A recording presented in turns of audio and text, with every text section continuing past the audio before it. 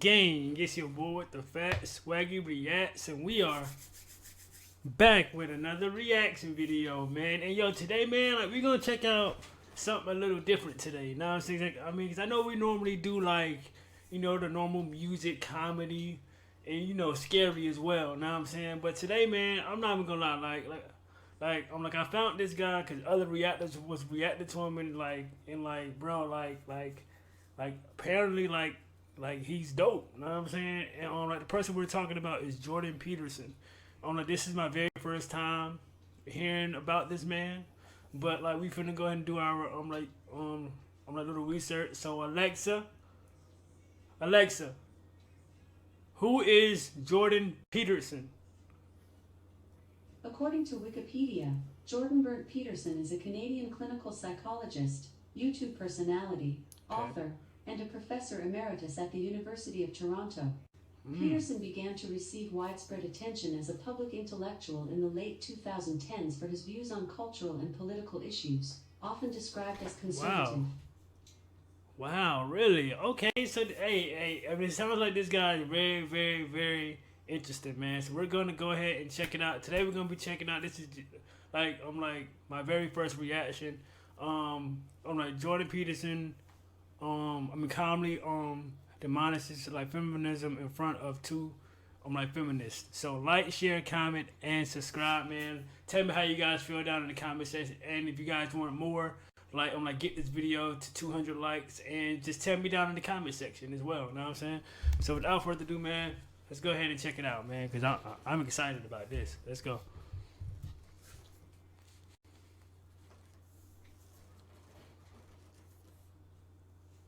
One of our guests of the day, the other one today, is a man you may recognise, or maybe you don't. Jordan Peterson has achieved that rare feat, becoming a global superstar academic. So how did he become so well known? He first came to national prominence in Canada in 2016 in a debate about new laws on gender identity. Bill C-16 made it an offence to refuse to call someone by their chosen gender pronoun. Jordan Peterson argued that this would infringe free speech. While some support. Oh wow! Oh yeah. So this is definitely different. From the type of videos that we're normally doing, man. So this is definitely gonna be something that we can like learn together and just slowly get into more and more of his content, man. Cause this seems like it's about to be something crazy. Let's go. Jordan Peterson argued that this would infringe free speech, while some supporters of the bill said he was advocating prejudice. From there, his YouTube star took off, and he has now over 1 million subscribers. And his videos, where he talks everything from identity politics, which we've touched on, to the Bible, to Disney movies, have been viewed over 150 million times. Gosh, that's about the same number of viewers we have on this programme. Last year, he supported ex-Google employee James Damore, who had been fired for suggesting men and women have different interests due to biological differences. And his latest book, 12 Rules for Life, has taken him on a global tour promoting his ideas. And just this week, he sold out the 1,000-seater Emmanuel Centre around the corner here in Westminster. So Jordan, you've done endless interviews. You've been publicising your book, and they've generated plenty of heated debate. No, I actually sold out the Apollo. It had 5,000 seats. All right, stop boasting. Do you think, though, because of the heat that has been generated, that your views have been misrepresented at times? Oh, definitely, but that's part and parcel of the process. I did take a very forceful stance, let's say, against some of the excesses of the radical left-wingers, and it's in their best interest to paint me as somehow a figure of the extreme right, because then I don't have to be contended with. But, I mean, it's easy for people's views to be oversimplified in a very large public debate. I mean, in terms of some of the issues, I mean, you say you've been painted as an extreme right-winger. No, some people have tried that. Not very successfully, but they've tried it. And you came... Yeah, like if people try to say things and do things to try to just throw you off your game and try to just break your character, you know what I'm saying? But it's up to y'all to just not give in and just stay poised and, you know what I mean? Facts. Extreme right winger. No, some people have tried that, not very successfully, but they've tried it. And you came to prominence in part over your opposition to this law that we just talked about in Canada, proposing the use of preferred pronouns for transgender people. Just for clarity, mandating them. Yeah. Right. Saying that you should issue. do it. No, But- that you had to do it. Right, you had to do it by law. Right. But just for clarity, do you think a trans woman is a real woman? I don't really like the way those questions are formulated. I don't know what that means. What do you mean a real woman? Well, I'm asking you. Like, because like certain people would take that in offense, but it's just like, yo, you wasn't born a woman, so I can't say that you're a real woman because you wasn't born a woman. Like, you know what I'm saying? I mean, I don't have nothing against transgenders. Like, you like who you like, but it's just like, dog. Like, I mean, we can't say that you're 100% a woman. Like, get what I'm saying? Like, tell me how you guys feel in the comment section. They're formulated. I don't know what that means. What do you mean a real woman? Well, I'm asking you, in your mind, it depends what you think a real woman is, but do you think a trans woman is a woman? No. Why not? Because I think that women are capable, generally speaking, of having babies, and they have female genitalia, and they have an XX chromosome, and I think the biological markers are relevant. It doesn't necessarily mean that I don't think that people should be treated with respect and dignity if they happen not to fit easily into a gender category. That's a different issue. Right. But it's a matter of definition. And I actually think it's a foolish argument in some sense. Because what do you mean by real?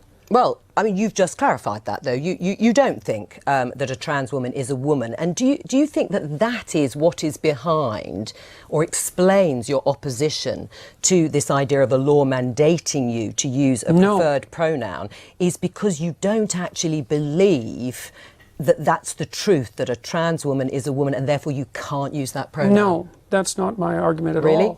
Yeah, really. My argument is that the government shouldn't compel voluntary speech. No, but I know what your argument is, and no, you've but made that's it very really clearly. it. No, but that's exactly it. Hey, like, why they keep trying to cut him off when he's trying to sit here and explain? Like they just keep talking, keep rambling instead of just letting him sit here and talk. You know what I'm saying? Like, just let him explain. Like, I mean, the question that you're asking. You know what I mean? Like, I don't like that. Like. Speech. No, but I know what your argument is, and no, you've but made that's it very really clearly. It. No, but that's exactly it. There's but the motivation There's behind no motivation behind it. But you don't believe I wouldn't trans put woman is a woman. everything on online in my life to take the stance I did unless I had thought that through very deeply. And I've thought it through very deeply. There aren't hidden motivations that have to do with some arbitrary prejudice against trans people. Okay. It's pure and simply this. There's never been a time in English common law history where the government compelled speech, and the Canadian government dared to do that. And that was unacceptable. And they masked it with this show of compassion for the oppressed, and I don't buy it. Right, but you would, as I think you said, at an individual level, if somebody asked you, somebody asked you to use a particular pronoun, you would do so. Well, I have. You have? Yes. Right, fine. Yes. Let's talk about feminism. Are you a feminist? No, not as it's currently defined, certainly not. No, well, in any other definition? Well, I think that anybody who doesn't think that the competitive landscape should be opened up for equality of opportunity is not thinking. And so everyone's interests are better served if people have as equal access to opportunity to display their talents and to manifest their talents in the world as possible. So yeah, because honestly, guys, because it's a lot of talented people out there in the world, man. But we'll never see them because, like, they are either one in jail or like they just don't have the opportunities that most people have or the looks that most people have to like display their talent. You get what I'm saying? So yeah, it's crazy, but like this is definitely different. Again, like this is different to what we're normally reacting to, man. But like it's just like, dog, like this just seems like this is crazy, bro. I'm not like this shit like this. Opportunity to display their talents and to manifest their talents in the world as possible. So in that sense, certainly. But feminism now, it's as far, and this is why it's so deeply unpopular, a very small minority of women in the UK identify as feminists. And the reason for that is it's primarily become an ideological weapon. And it's an ideology that I detest, actually. The ideology that it's associated with, collectivist ideology. Right. I mean, okay, and that's your view about feminism. Aisha, are you a feminist? Oh, absolutely. I'm a very proud feminist. And when I was a special advisor in government, I worked on women and equality issues. And I'm very proud, actually, of a piece of legislation I got on the statute book with my former boss, Harriet Harman, the Equality Act. in 2010, which strengthened our anti-discrimination laws. And I fought very hard to get more women into public life, into the Labour Party. And I'm very, very proud of being a feminist, hence my pink dress. Oh, well, all right. Obviously reverting to type then in the pink dress. Absolutely, well. You would like men to regain or reclaim their strength physically, mentally and morally. Is that broadly correct? I would say morally, fundamentally, but I think the other things go along with that. Right, and if that but it isn't men precisely who I'm speaking to. It's people. I'm a clinical psychologist. I'm actually interested in individuals, and I'm interested in their fortification against tragedy. You know, every time I do an interview, the interview is always political. It's always political. Well, the clue is in the title of this program. Oh yeah, definitely in interviews. If you do any type of interview, bro, like they're always gonna give you the political answer, the answer that you want to hear. Know what I'm saying? Like no one just keeps it real on how they actually really feel. Know what I'm saying? They just go along with it and just give you guys the answers that you need. Know what I'm saying? And I just feel like certain people just speak up and just talk like how you really feel about certain situations, like period. You know what I'm saying? The interview is always political. It's always political. Well, the clue is in the title of this program. We are the Daily Politics. No, fair enough. No, look, fair enough. And I'm not casting aspersions at this program, but the fundamental news that's important about what I'm doing isn't the political element. And the people who talk to me don't talk politically. They say they've watched my lectures. But part of it is that I think for a lot of people the kind of personal does become the political. Or the political becomes the personal. Yeah, and I think in terms of in this situation, a lot of people are wrong, because primarily what's happening is people are watching my lectures, and as a consequence, their lives are improving dramatically. Oh, I'm sure they are. I'm sure people are have had a huge conversion after, and they're much happier once they've been. It's not a conversion. But what I would like to do is kind of almost. I think at the moment the discussion about feminism is very divisive, and sometimes it can sort of be like, okay, men have to lose and women have to gain. Actually, everybody has a lot to gain by greater equality. Now, whether you get the equality of outcome that you want, I think only time will tell. But certainly, equality of opportunity is very important. And actually, we can agree on that. And a lot of men would benefit from that. So I think a lot of men are having a lot of crises at the moment in terms of mental health, suicide issues, their own sense of. I mean, like that's just not men though. That's everybody in the world. Like everyone goes through, you know, depression, suicide, type of stuff, like mental issues, health issues, I mean, it's just not one, you know, sex. It's everyone. Know what I'm saying? Like everyone goes to that, men and women. Know what I'm saying? So it's like. Men are having a lot of crises at the moment in terms of mental health, suicide issues, their own sense of identity, because I think some of the stereotypes put on men are quite limiting for them as well. I think they make men quite unhappy as well. The devil's in the details with regards to equality, because I'm an advocate of equality of opportunity. But and I think the idea outcomes, that's an appalling doctrine. Why? All right. Well, because you have to produce an unbelievably potent bureaucracy to make the ever greater and ever finer distinctions that are necessary to enforce equality of outcome. How many group differences are you going to equalize across? Listen, bro, he is slowly from what the title says, bro, he's demolishing these women and just with comeback after comeback after comeback, bro. It's not looking that are necessary to enforce equality of outcome. How many group differences are you going to equalize across? Is it just gender and sex? How many genders? No, so gender and ethnicity? How many genders? I think how many ethnicities? How many races? We'll let Aisha answer. I think what people are trying to do with this, and certainly as somebody who, you know, has sought to sort of do this myself, I think you set yourself ambitions for what you would like to see, and then you try and remove as many of the structural barriers and obstacles. So you try and create that, you know, fair crack of the whip and that equality of opportunity to see where you get to with the outcomes. That's now, fine. We are in very early stages. It's only 100 years since, you know, women got the vote in this country. You know, we have had a long established patriarchal society and set up for a long time in the world, in this country. So I think we have a long way to go to see where it plays out. There is no country in the world where, you know, we really do have gender equality properly yet in terms of real decision making and real Some of the power. Scandinavian countries, maybe? But they're still not quite there. And I think you've spoken a lot about this. There's still a way to go in Scandinavia. Things are not perfect in Scandinavia I haven't spoken at all. about that specifically. I've spoken about You spoke about the right stuff yesterday. You talked about the Scandinavian. Well, I've spoken about the fact that, see, one of the things that's happened in the analysis of the differences between men and women is that the social constructionist claim is that the differences are socially constructed, right? Is that it's a consequence of environment that men and women differ.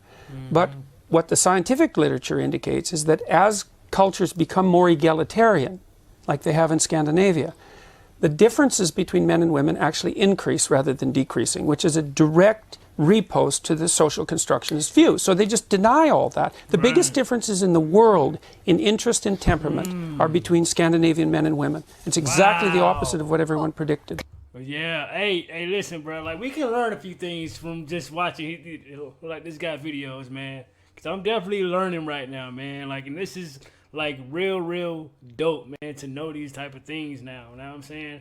Because, I mean, I knew about it a little bit, but now it's just diving more into, like, I'm like this first reaction to this guy. Yeah, we definitely gonna check out more content, man. Like, this is dope right here, man. This is really dope. And temperament are between Scandinavian men and women. It's exactly the opposite of what everyone predicted. Can I just pick up on one thing you said a little earlier in the interview, which you said it's the moral guidance that you are focused on. You think that is particularly important. How do you square that with the behaviour of perhaps arguably, you know, a prominent alpha male president of the United States, Donald Trump?